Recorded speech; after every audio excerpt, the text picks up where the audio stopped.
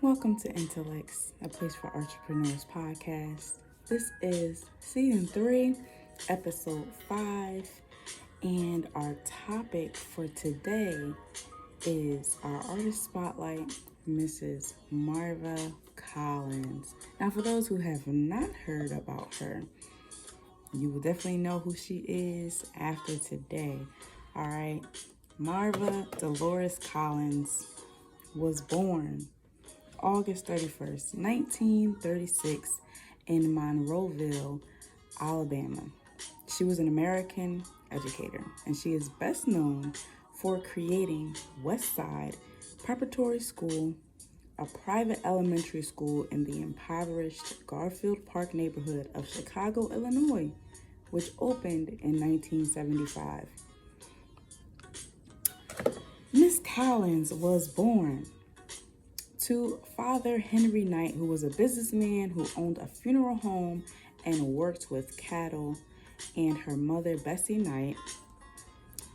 She grew up in Atmore, Alabama, a small town near Mobile, Alabama, during the time of segregation in the American South. When she was young, she went to a strict elementary school in a one-room schoolhouse in Atmore, an experience which influenced her later in life. She graduated from Clark College, known as Clark Atlanta, in Georgia. Now, when she was in Alabama, she taught for 2 years before she moved to Chicago in 1959, where she taught as a full-time substitute teacher in inner city Chicago public school systems for 14 years. Now, dismayed at the low levels of learning that she felt some students were experiencing in particular areas, she took $5,000 from her own teacher's retirement fund and started a private school on the top floors of the brownstone in the West Garfield Park neighborhood where she lived in 1975. The school she started was called West Side Preparatory School, and West Side Prep became an educational and commercial success. Collins created her low-cost private school specifically for the purpose of teaching low-income Black children whom Collins felt the Chicago public school system had mislabeled as being learning disabled. Collins said she had the data to prove that her students were teachable and were able to overcome obstacles of learning via her teaching methods, which she said eliminated behavioral issues and allowed students to flourish. The one-room schoolhouse of her education influenced her methods. At home, her father gave her assignments she believed built her confidence and gave her a sense of responsibility. She felt time spent with students was more valuable than distance creating audio-visual information. Her and her daughter ran the school for more than 30 years until it closed in 2008 due to a lack of sufficient enrollment and funding. She became well known based on the TV movie in 1981 on her life's work that was entitled The Marva Collins Story, starring Cicely Tyson and Morgan Freeman. And y'all, let me tell y'all, I actually had the privilege of watching that movie, and that is actually what inspired me to create an episode based on her, because she was so amazing. She did something about her passion, something that she felt wasn't right about the system, something that she actually cared about and that she loved. And for any of us who have gone through the school system, there has always been at least one person who has made an impact on our lives. One teacher, a teacher's assistant, somebody who has helped us, that, didn't give up on us, that was just like, wow, I want to teach because of them, or I want to go into this, area, this field because of them. So don't hate on the teachers and the people who are in those fields, because it is not easy. Okay, it's very difficult to shape the minds of young people, especially when they're rooted in something opposite of what you are trying to teach them. So kudos to all of the amazing teachers who have made such a wonderful impact on the lives of students. And it doesn't have to be young students. It don't have to be elementary or middle school or high school. It could be college. There have been at least one teacher every year that I remember being in school from the age of 3 up until I graduated with my second master's. At least one teacher for every year that has made an impact on my life, and that helped me to appreciate the value of quality education, quality teachers who love what they do. So just remember, if you ain't doing it because you love it, you're being more of a hindrance than a help. Okay? But yes, so moving right along, she also appeared on a featured news article on CBS's 60 Minutes, and we will play a little bit of that later on. Cecily Tyson, who played Collins in the movie, said she spent time with her to research for the role. And just another little gem drop: when you are doing anything, make sure you research it.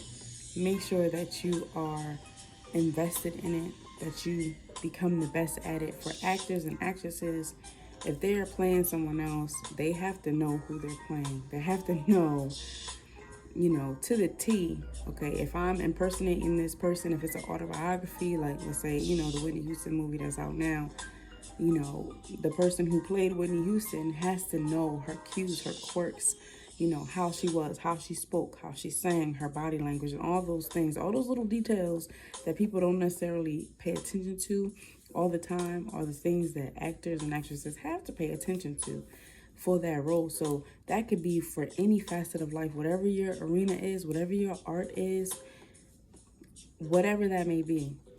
Make sure you are doing the work. Make sure you are being mindful of how to be the best at it, how you can portray that perfectly, and that means doing your best all of the time, right? And no, it's not easy. It's going to take work, but it definitely will be worth it. All right, so the 60 Minutes feature was inspired by a 1970s article written by Chicago Sun-Times reporter Zayden Smith about her and Westside Prep. Okay, so just a little, snippet about Kevin Ross. In '82, he was a 23-year-old Creighton University basketball player. Got to his senior year of college without being able to read. Listen, there's so many people who go through school and don't learn anything. There are ways around the system. And this is one of the young gentlemen who kind of beat the system up until his senior year of college. With the assistance of a Creighton booster, he enrolled in 7th grade at Westside Prep. With private tutoring by Miss Marva, he learned to read and graduated in May of the next year. Ross had difficulties continuing his education, but when he had serious troubles, she was instrumental in helping him. Isn't that powerful? That is amazing, right? To be able to go through his senior year of college, not being able to read. Anything is possible, y'all. If you set your mind to it, you can do it.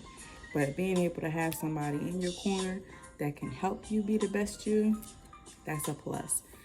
Also, due to the success of her teaching methods, it was reported that President Reagan wanted to nominate Mrs. Collins to the position of Secretary of Education, but she took herself out of the running for the position. In '83, Reagan cited her during an unveiling of a national program to combat adult illiteracy. She was also asked by President George Bush to become Secretary of Education, but she declined in favor of teaching one student at a time. So her focus was not on accolades, was not on recognition, it was not on anything but the students and making sure they had what they needed. And that is having the passion and having the love to do what you were called to do while you were here. That is amazing. Some people would not pass up those opportunities because those are opportunities of a lifetime, but she felt like where she was a more important position at that time. In 1994, Prince featured her in his music video for The Most Beautiful Girl in the World. Make sure y'all check out that video. We might show that later too. All right. He also donated $500,000 to the website Preparatory School Teacher Training Institute, which was created to teach Collins' teaching methodology. It was created so that people can learn how she taught. That is awesome, right? In 1996, she was hired to supervise 3 Chicago public schools that had been placed on probation. In 2004, she received a National Humanities Medal among many awards for her teaching and efforts at school reform. During the 2006-2007 school year, her school charged $5,500 for tuition, and parents said that the school did a much better job than the Chicago public school system, which budgeted $11,300 per student. The authorities complained that this was not enough. So, Ms. Marva was known for applying classical education, in particular the Socratic method, modified for use in primary schools, successfully with impoverished students. She criticized the teaching of the students, not the students themselves. She wrote a number of manuals, books, and motivational tracts describing her history and her methods. In 1982, and in subsequent articles, Collins has been criticized by George N. Smith from Substance News, who claims that her work was fraudulent. She denied any fraud. And at the time, she had both supporters and detractors. So, a little bit about her personal life. She married Clarence Collins in September of 1960 until his death in 1995. They had 3 children together, Patrick, Eric, and Cynthia, and she passed away on June 24th, 2015 in South Carolina, where she was 78 years old. All right, so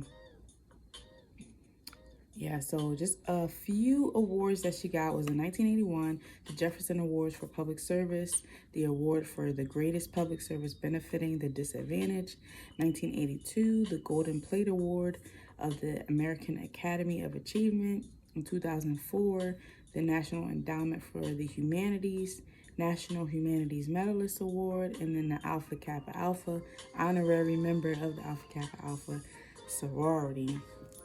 This woman is dope, y'all. Okay, so if you have not heard about her, y'all definitely want to check her out, okay?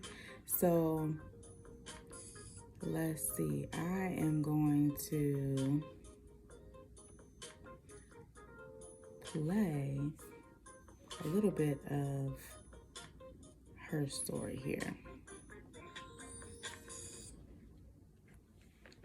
And I hope y'all getting something from this, because this really inspired me. It just helps me to know that despite what's going on in the world, despite how things are, it just amazes me how people can still break the mold and they can have that passion. And a lot of times, whatever your gift is going to eat away at you. It's going to make you feel like, oh man, why is this not changing? Why is this not working? Why is this not in place? Whatever that is. And then it's your job to actually make sure that it happens or it gets carried out, right? So, okay, we are going to listen to this clip.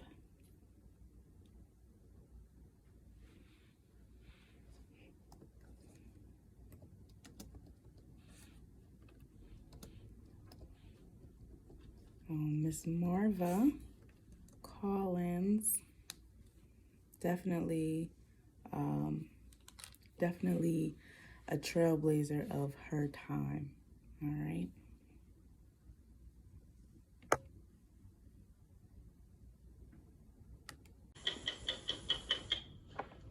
Years ago, we broadcast a story about Marva Collins, the Chicago teacher who started her own elementary school on the city's west side prep. Marva claimed that with love, hard work, and no-nonsense teaching, inner-city children could compete with anyone academically. It was, to many people, quite an inspiring story. But not to Charles Murray, author of the controversial book about race and intelligence called The Bell Curve. On page 399, Murray writes that Marva's celebrated anecdotes about her students are too good to be true, that there is no hard evidence of her success. We decided to check it out. Before we begin, let's go back to where we began 16 years ago. You have it all here on West Adams Street, all the familiar big city blight. The forever broken windows, the burnt-out flats, the disemboweled, abandoned cars. And then you have 3819 West Adams. The Canterbury Tales are about whom? Jeffrey Charles. They're about whom? How many were there? There are no frills at West Side. The emphasis is on basic education, with an even stronger emphasis on literature and composition. There are no teacher breaks, no teacher desks. She is on her feet and over their shoulders all day, pushing them, cajoling them, and praising them. Very, very good, Talisa. Very, very good. Cum laude. And the results are apparent even to a casual bystander. Alert and challenged children being pushed way beyond the boundaries most school systems set. Who's your favorite author? Jeffrey Chaucer and Shakespeare. Booker T. Washington and Hans Christian Andersen. My favorite book is The Greek Myth.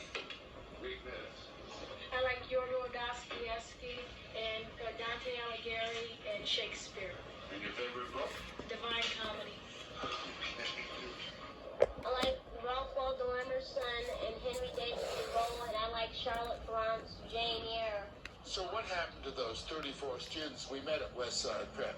Charles Murray says by implication that their apparent intelligence and promise was a fraud, that what we saw was just too good to be true. Well, was it? We traced 33 of the 34 and flew a group of them back to Chicago, back to Westside Prep's new location for a reunion of sorts. Aren't you pretty? To see if Charles Murray's allegations in the bell curve are true, to see whether or not these young men and women lived up to Marva's claims. Christopher Stubblefield, We learned to read hard work. the 8-year-old with the big voice, is now at university in Texas. And Erica McCoy Pace graduated last spring from Norfolk State University. When you saw her last, she was listing her favorite authors. Emerson, Henry David Thoreau. And what about the rest of our class of 79? Michael Anderson, Taylor. Terry Holmes, owner-operator of transportation company. Latanya Singleton, preschool teacher. James Lowe, Staff Sergeant, United States Air Force. Sabrina, 6th grade teacher. Russell Winters, law student. Louis Johnson, Operations Manager. Xavier Jones, teacher, criminal justice major. Craig Brunner, clerk for the State's Attorney's Office. I remember I had said in front of all my classmates here that I want to become an attorney. And it's funny, I'm actually in law school and I graduate next year. And Ms. Collins told me, oh yes, you can do it. You can do whatever you want to do. It's possible. And I'm living proof it is possible. A number of you are teachers. Were you inspired by her to become teachers? Absolutely. She just gave so much to me personally in terms of always being reassuring. I mean, just the small things, like she would grab my face and say, pretty girl. Yeah, honey, you're brilliant. That's right. Especially Craig. She would take his head and raise it up. Speak up, honey, you're brilliant. That's right. And, after someone telling you that every day, 5 days a week, Confidence. for 3 or 4 years, that's in you. That becomes a part of you. You were brilliant, honey. And then when we were doing Shakespeare, we put on the plays and we had the three witches. That was- Russell was the witch. Yeah, it was fun. Murray stated that claims of long-term academic achievement will typically fade as these children grow up. Sagacious means what? Means you're very what? Right. The words that we learned, it was nice because when we left and we heard someone talking using a word, we knew what that word meant. And now in school, a lot of times we get the reading list on the course outline. I read most of the books on there. You know, it's like, oh yeah, I read that, or the teacher will be talking about something. And I'm like, oh yeah, I read that book. All the students may feel like this shit. I gather, Xavier, you use your notes, your West Side Prep notes on Hamlet to write a paper when? I used it in high school, and I also used it in English lit class when I was in college. And looking back at my handwriting, I was like, wow, you know, I was like, these are good notes. Murray also raised questions about Marva's claims that 5- and 10-year-olds who'd been labeled unteachable were capable of reading Chaucer and Shakespeare. Well, Michael Anderson was said to have a learning disability when he entered Marva's school at age 9. I had a client just a couple months ago, brought up Shakespeare out of nowhere. And we sat after having coffee for 3 hours. You know, well, where did you learn Shakespeare? 4th grade. I knocked him off his feet. He couldn't believe it. 4th grade. And there is Erica, who is considered a hopeless case at age 6. Basically, I was told that I was borderline retarded, that I would never read. So I was basically written off. I was supposed to be put back a couple of grades, but I wasn't when I came to Miss Collins. When we saw Craig Berner in 1979, he was reading his essay about Cleopatra. Very, very long ago, there was a queen called... What was the secret of her success and motivation, or what? The confidence, how you have a brain, you can do it on your own. You don't have to wait for anybody. She killed herself with a poisonous snake. Very, very good. I say to every child, for example, Morley, there's no one with your eyes. There's no one with your nose. There's no one with your hair. That makes you really special. These days, her message and methods are repeated by teachers she's trained for her 3 elementary schools in Chicago. She is mostly on the road, giving seminars for teachers all over the country. Above all, she tells them every child is teachable. Every child can learn. Ask the slowest children in your class how many children know the rap songs, and they all raise their hands, and I'll say them for me. And I says, good. If you can do that, you can learn the Canterbury Tales in Old English, too. I don't know half of what those rap songs are saying, but they know every line. What makes us think, then, that they become such learning disabilities when they get to school? All right. I hope that was a little inspirational just to see all of the different students who went to Mrs. Marva Collins Academy and are excelling at what they do. We are going to kind of close it off with some words from Mrs. Marva herself. So check this out, and we're going to come right back with some gems. I think I am pretty wonderful. I think I am bright. I think I am unique. And I teach every child exhibitors that when they misbehave, their punishment is they have to write 100 reasons why they are too wonderful to do what they're doing. And they have to be in alpha order. I'm adorable, I'm beautiful, I'm courageous. I give them the first ones until they get the hang of it. I'm delightful. I'm effervescent, I'm fabulous, I'm heavenly, I'm idolized, I'm just wonderful, I'm a kindred spirit, I am laudable, I am momentous, I am never indolent, and it goes on to Z. And if they do it again, then they have to use another synonym. They can't use adorable anymore. Now the children will say to new students, I don't know why you don't behave, because I'm tired of telling Mrs. Collins how wonderful I am. All right, so that is Miss Marva Collins in the flesh. I hope you all got something from this episode. Just a little gem drop. Do what you love. Invest in it. Find out everything you can about doing it, about being the best at it. Do it not for you, but for the bigger picture, for someone else to reap the benefits of your work, because at the end of the day, it's not about us, it's about who we are impacting, who we are touching. So if you are not in it to be the best so that other people can benefit off of it, then what is your reason for it? And that's something that I want you all to think about today. I hope you got something, at least one thing, out of today's episode.